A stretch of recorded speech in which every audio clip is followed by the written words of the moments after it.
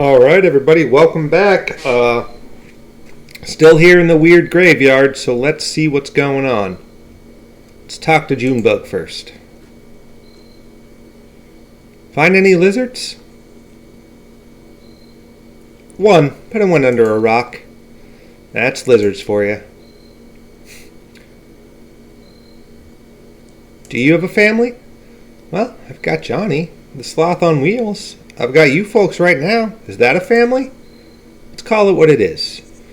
Junebug and the people she surrounds herself with, see? It means something. It makes a claim. It's specific. I want to be specific. I think you are. It's the middle of the night and here you are in a graveyard. Any other kid your age would be in bed. You've just got to make choices and own them. You think I was born this foxy? I came off the assembly line about a half-foot shorter and all gray, no eyes. They're going to have us clearing out the old mine. Doesn't matter what you look like under all that rock and water. A bunch of gray shadows shoveling and hammering invisibly at the walls, draining the tunnels. Johnny found some gear, an old tape player. We hid away in an underwater cave and listened to it over and over, and we knew we weren't miners. We slipped out onto the road, just these two featureless shadows, and ever since that night we've been detailing, coloring in, specifying. I feel more like myself every day. Me too, Junebug, me too. I think I should be a musician too. Is that right? I'll have to keep an eye on you. Oh, well, that was quick. Watch this episode end in like 6 minutes. There you are. What'd you find in there? It wasn't... Hey, what's going on? You look flushed, old man. Doesn't matter. Right, okay. We got what we need. Let's go. Wow, there's a rip-roaring pace going on here.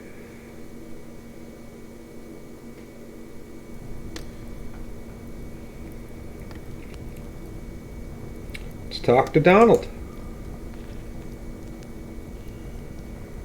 Singing softly. Trace an orbit round the road and close your eyes with holy dread, for beyond mold and whiskey. Oh, yeah, I'm not singing. And drank from rivers down below. We found your strangers. We know how to fix your damn machine, but I'm not sure it was worth it. Huh. Soon the visions will return. What have you found?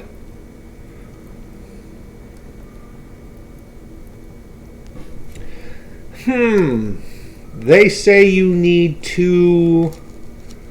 They brought up the mold a lot, so let's say scrape the mold off the timing crystals. But the mold, of course. Too much mold on the timing crystal would send the simulation adrift. Each moment lived out of sync, by all means. Yes! Clean the timing crystal. I don't know what that means. So I'm guessing we go back to Xanadu now.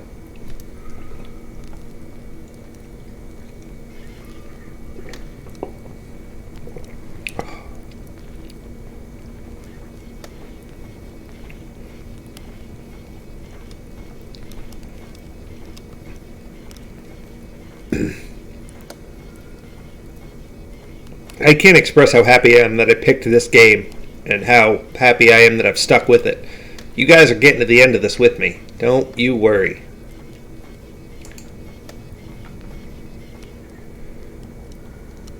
Do you see anything that looks like a timing crystal?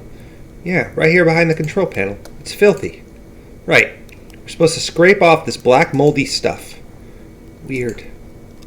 Just following instructions. Here we go.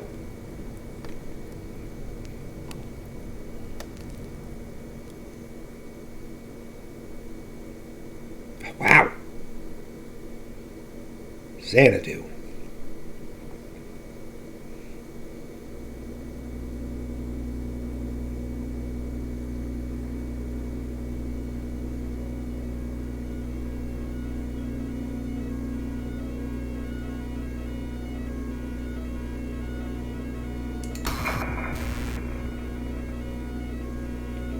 Okay.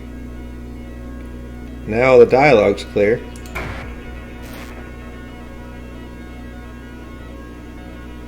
At end of road.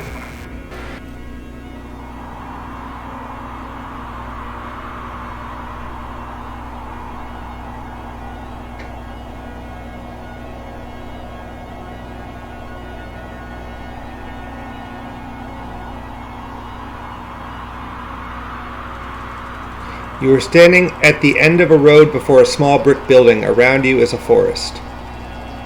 Go into the forest! Enter forest. That's not something you can enter. Just type a direction. North. In forest. So is this a game that he built? What, I mean, that's what it sounds like when he says a simulation. So it's like a game within a game? You are in the open forest with a deep valley to one side. Can we climb a tree? I don't think much is to be achieved by that. Sorry. Head back south to that building. Hey, it's a maze. South? Oh, geez, this is going to be tough. Okay,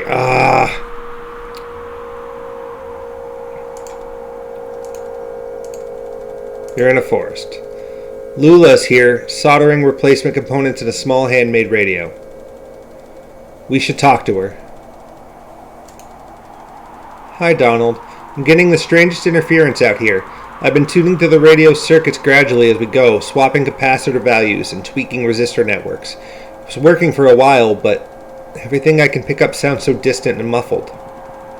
Lula hands you the radio. Well, maybe you'll have better luck. You're good at this stuff. Just don't forget to give it back. Let's just see what happens. You're in a forest. Joseph is here, tapping with a small stylus on a modified pocket braille slate. Small gray kitten, no more than a few weeks old, dozes comfortably on the top of his backpack. Maybe he has something to say. Listen. Donald, I was just transcribing your footsteps. Sounded like... Joseph runs his finger along the index cards he's been tapping on, from right to left. Long, weary song, drearily gone, dearly gone. You beat a melancholy shuffle through these woods, Donald. Ha! I've been noting down the sounds of the forest with an ear for speech and an inborn filter for poetry, I suppose. So maybe it's me being melancholy after all. I'm eager to see what the poetic subsystem makes of these punched cards.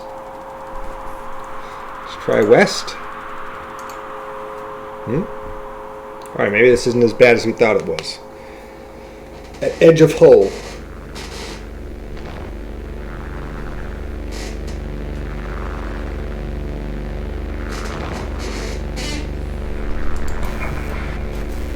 You are at the edge of a massive hole. The dirt gives way to rock as the ground sinks into darkness. The computer tied to your upper back slickens with sweat in the afternoon sun. The rope slung around your shoulder has slipped under the strap of your backpack, digging uncomfortably against your collarbone.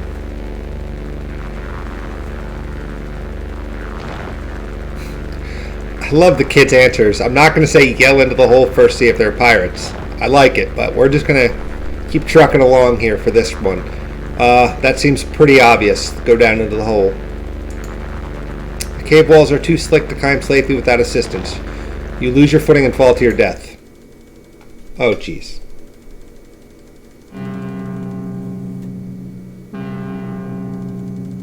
Your score was 0 out of a possible 8,192.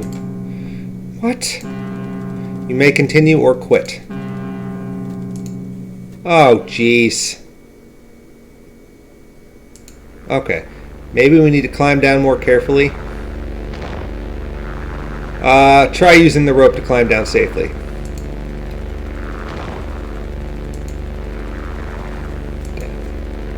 Your feet slip a few times on the slimy rock, but you remain stable. Lula and Joseph descend carefully after you. In bed quilt.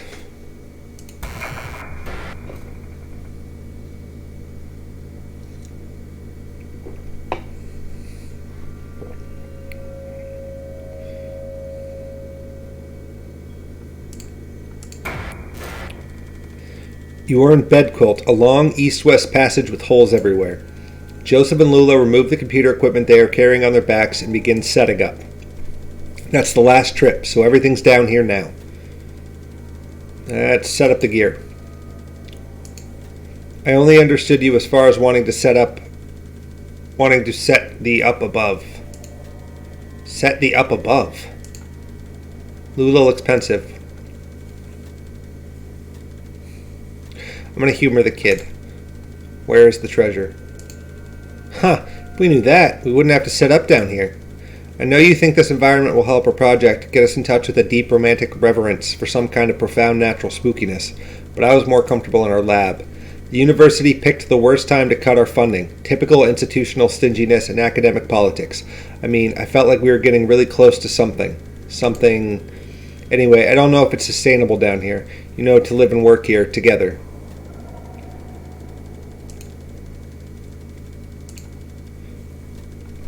We may as well take inventory.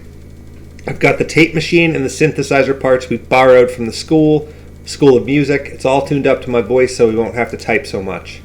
Joseph has his slate and the punched cards he's transcribed from the poems we've read him. He's got the typewriter and the paper tape reader. And you've got the CRT display. How's your back holding up? Joseph looks uncomfortable. Jealous. Hey Donald, can you help me wire up these generators? I'll assemble the synthesizer, but I could use some help with the serial interface if you have time. You hear an unfamiliar echo from a tunnel to the east. Maybe if we help Lula, she'll have more to tell us. Set up the generators first. I appreciate it, Donald. I'm not much of an electrician, you know. You know that. He hands you a bunch of wires. His kitten curls up on a spool of cabling. Listen. The three of us had a good thing for a minute, wouldn't you say, up at the old place before it got ugly? I'm saying we came down here to work, to really do it. Xanadu. And I mean, we've got to be rational about this. All three of us have got to put our feelings aside for a bit and be rational. Do you know what I'm saying? Is he talking about Lula? Joseph wipes his brow with a dusty sleeve. Seems down here we're all strangers, permanently strange. You are interrupted by the ominous echo of a grating, scraping sound from the east, louder than before. What the hell was that? Let's check it out. Oh boy. Things are getting weird in the tunnels. Oh, I had to stretch.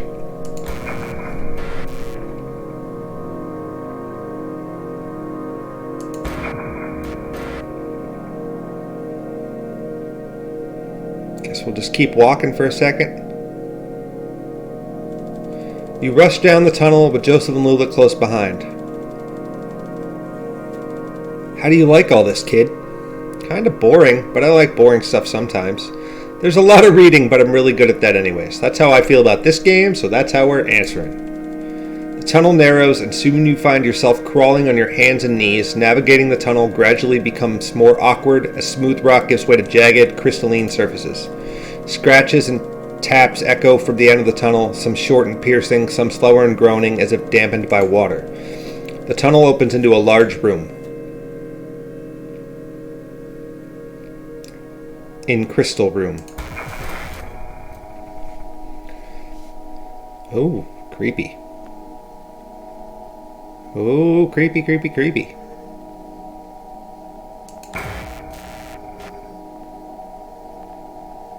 I don't like that.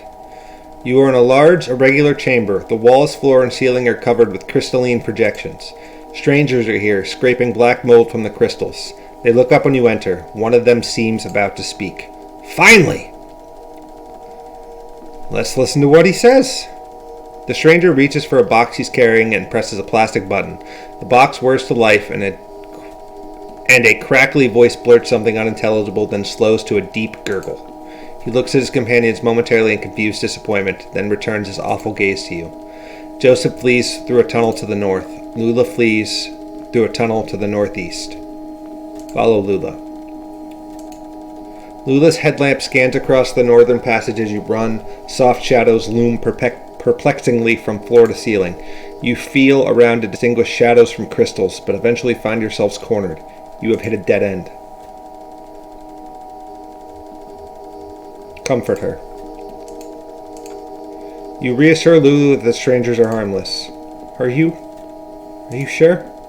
Maybe you're right. It sounds like they've gone back to work. Alright, let's try to pass them quickly. Now don't make eye contact, then we'll find our way back to the equipment. Oh boy. You are in Bedquilt, a long east-west passage with holes everywhere. Lula is here, panting for breath. Did they follow us? Where's Joseph? She seems pretty scared. Let's search for him.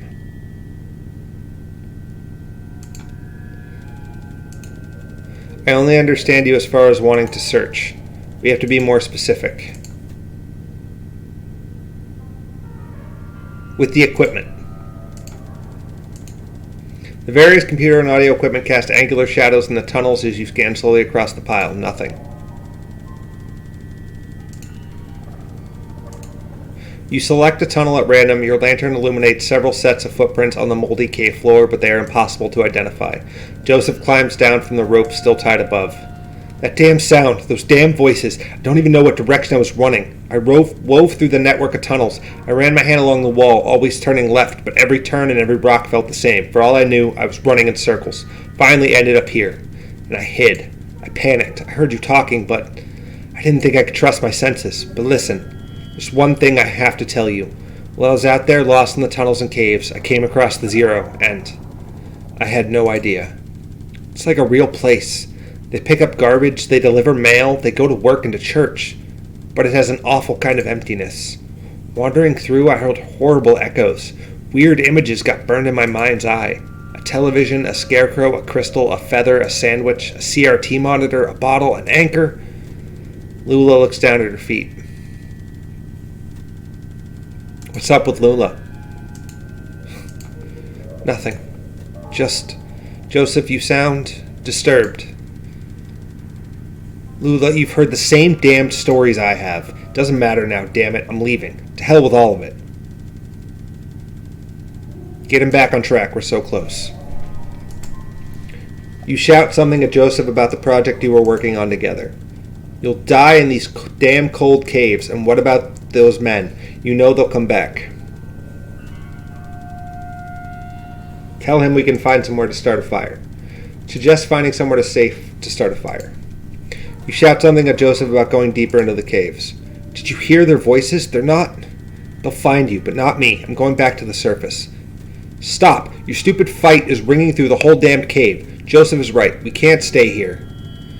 I'm leaving too, but I'm not going back to the surface. I'm taking my station wagon and I'm heading down the Zero. I think we need her to stay. You plead with Lula about your continued collaboration. I'll send you this tape when I'm done recording. I'll put it in the mail, and then you can see what your damn machine does with it. Oh, this is so strange. It's kind of intense. Abandoned by your collaborators, your confidants, your companions, the only two among your colleagues with whom you've ever trusted the gift of your friendship. Pretty thick. Sounds like Beardo had his heart broken. You wander the tunnels alone, dragging along the components of your unrealized masterpiece. Combing the underground passages for a new site in which to realize your vision. Sounds like a genius. How do you mean? Vain. Vanity. Ain't it the truth? My Aunt Remedios, before she got into the whole ethnomusicography thing, she was a painter, mostly nudes and oil. She had this model, I'll never forget him. Big, classically physical guy. Looked like he was about to storm Troy. He made everyone call him the Colonel. Weaver and I saw this guy naked a lot. You couldn't help it. He was always posing somewhere in the house, chasing the light from room to room, while Aunt Remedios made a sketch of his profile and worked on the right mix of pigments for his abdomen. The Colonel had this magnificent hair, long black hair that ran down just the bottom of his shoulder blades. One evening he was standing next to an open window in the back of the house. The sun was setting, early spring, I think. It was kind of windy. Aunt Remedios was trying to get his hair right. She kept arranging it, like half in front and half behind, running over his shoulder and laying across his chest in this very specific way. But it itched him or something, and he'd do this weird, indignant shuffle thing, or the wind from the open window would push it around, or he'd start and turn his neck when Weaver and I ran by, and everything would be tangled again. The final product was a swirl of black lines billowing around the top of his neck. Weird thing is, I don't even remember his face now. Just that black swirl. Probably the best one she ever painted. Well, we're back at the computer. Hall of the Mountain King.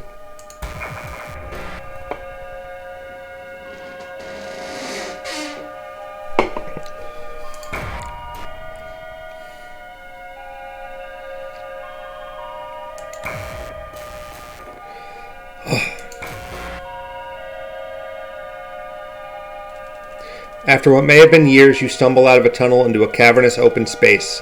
Stalactites adorn the ceiling like grotesque. In the center of the room is an enormous rocky spire. This is where you will set up your equipment and establish your legacy. Xanadu.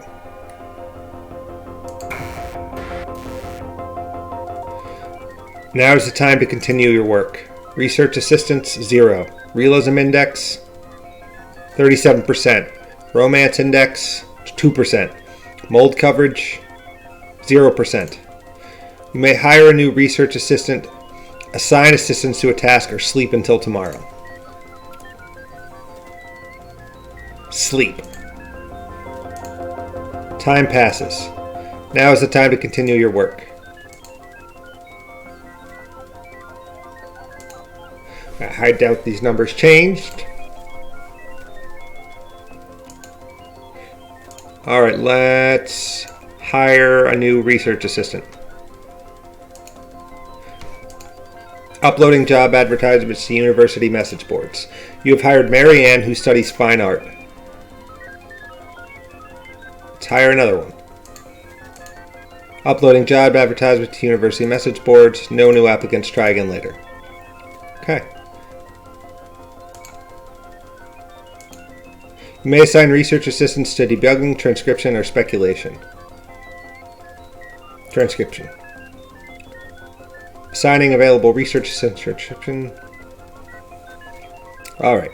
You know what? I think just to be safe, I'm going to call this episode here. I feel like it's gone on really long, and I don't want to risk losing footage. So thank you guys for enduring this weird-ass meta game that we got going on. And we'll see you next episode. Thank you. I appreciate everybody who watches. You guys are awesome.